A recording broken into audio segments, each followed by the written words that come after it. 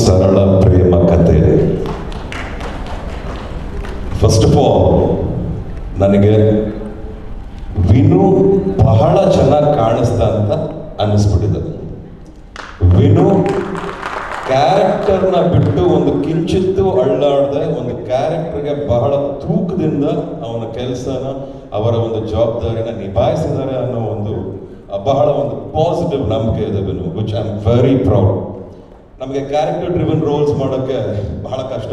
ನನಗೆ ಇನ್ಫ್ಯಾಕ್ಟ್ ಅದರ character driven rolls ಕೊಟ್ಟರೆ ನಡಕ್ಬಿಡ್ತೀನಿ, ಬೆವತ್ಕೊಂಡ್ಬಿಡ್ತೀನಿ, ತುಂಬ ಸಜೆಷನ್ಸ್ ಕೇಳ್ತೀನಿ. I try to correct myself. ಈ ಪಿಕ್ಚರಲ್ಲಿ ಪ್ರತಿಯೊಂದು ವಿಚಾರದಲ್ಲೂ ನನಗೆ ಪ್ರತಿಯೊಂದು ಕ್ಯಾರೆಕ್ಟರ್ಸು ಆ್ಯಕ್ಟರ್ಸು ತುಂಬ ಅಚ್ಚುಕಟ್ಟಾಗಿ ಕಾಣಿಸಿದ್ರಿ. ಅಮ್ಮ ಭಾಳ ಮುದ್ದಾಗಿ ಕಾಣಿಸ್ತಾರೆ ಕಣಮ್ಮ, ನೀವು ಅಷ್ಟೇ, ಇನ್ನೊಂದು ಹೀರೋಯಿನ್ನು ಅಷ್ಟೇ. And all the very best for the entire team.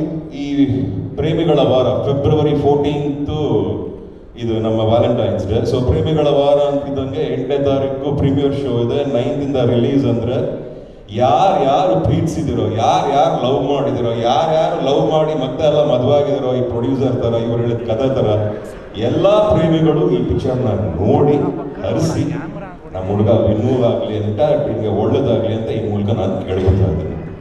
And I want everybody to watch this movie. Please support the, ಈ ಪಿಕ್ಚರು ವಿನುಗೆ ಸೂಪರ್ ಡೂಪರ್ ಸಕ್ಸಸ್ ಆಗಬೇಕು ಅಂತ ನಾನಂತೂ ಹರಿಸ್ತಾ ಇದ್ದೀನಿ. ನೀವೆಲ್ಲರೂ ಇದೇ ವಿಚಾರದಲ್ಲಿ ಸಪೋರ್ಟ್ ಮಾಡಬೇಕು ಅಂತ ಕೇಳ್ಕೊತೀನಿ. ಡೈರೆಕ್ಟರ್ ಸುನಿ ಅವ್ರ ಬಗ್ಗೆ ಹೇಳಲೇಬೇಕು.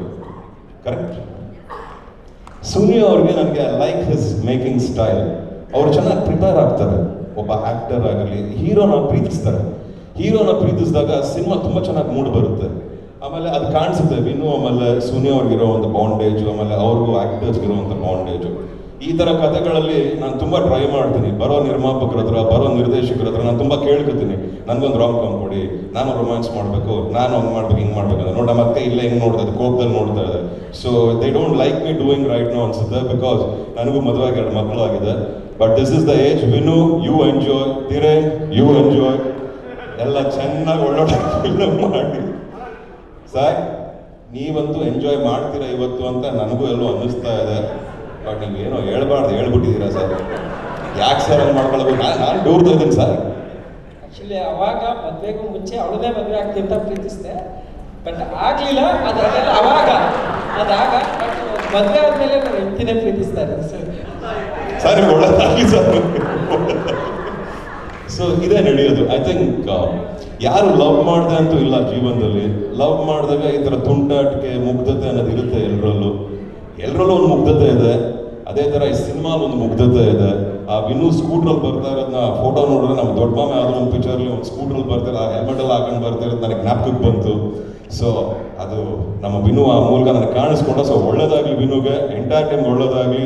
I just wish all the very best for ಒಂದು ಸರಳ ಪ್ರೇಮ ಕಥೆ.